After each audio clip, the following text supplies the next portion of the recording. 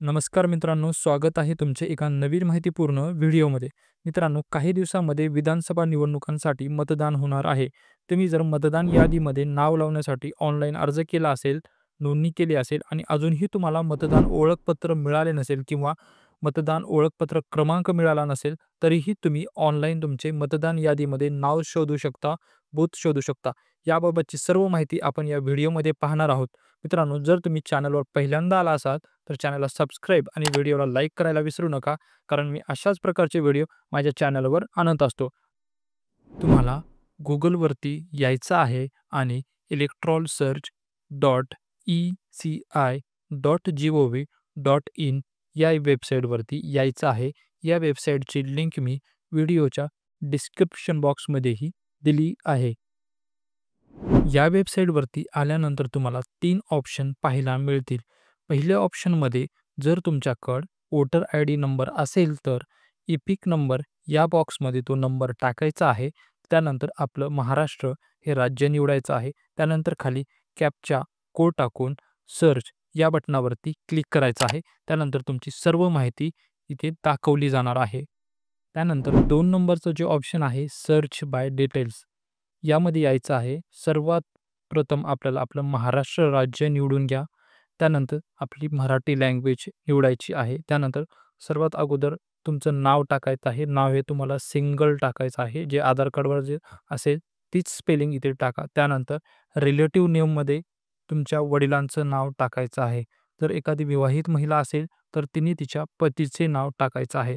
त्यानंतर पुढे तुमच्या आधार कार्डवरती जी जन्मतारीख आहे तीच जन्मतारीख इथून कॅलेंडरवरून निवडायची आहे.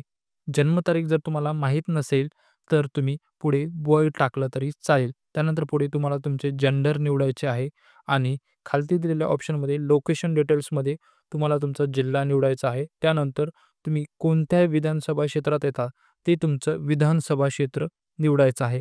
विधानसभा क्षेत्र निवडल्यानंतर सर्वात खालती तुम्ही पाहू शकता कॅप्चा कोड टाकायचा आहे. कॅप्चा कोड टाकून सर्च या बटनावरती क्लिक करा. जर तुमचे नाव मतदार यादीमध्ये असेल आणि तुम्ही भरलेली माहिती, नाव, जन्मतारीख ही मॅच होत असेल तर इथे सर्च रिझल्टमध्ये दाखवली जाणार आहे. तर तुम्ही इथे पाहू शकता की मी इथे सर्च रिझल्टमध्ये जी माहिती सर्च केली आहे ती इथे सर्च झाली आहे. ज्यामध्ये सर्वात प्रथम इपिक नंबर, त्यानंतर तुमचे नाव, वय, वडिलांचे नाव, विधानसभा क्षेत्र आणि पोलिंग स्टेशन दाखवले जात आहे. तर सर्वात शेवटी तुम्ही पाहू शकता की व्ह्यू डिटेल्स हे ऑप्शन देण्यात आले आहे. तुम्ही या बटनावरती क्लिक केल्यानंतर ही सर्व माहिती PDF स्वरूपामध्ये डाउनलोड होणार आहे. त्यानंतर 3 नंबरच्या ऑप्शनमध्ये जर तुमचा मोबाईल नंबर रजिस्टर्ड असेल तर त्यावरूनही तुम्ही माहिती सर्च करू शकता. येथे तुमचा 10 अंकी मोबाईल नंबर टाका. त्यानंतर कॅप्चा कोड टाकून सेंड OTP या बटनावरती क्लिक करा.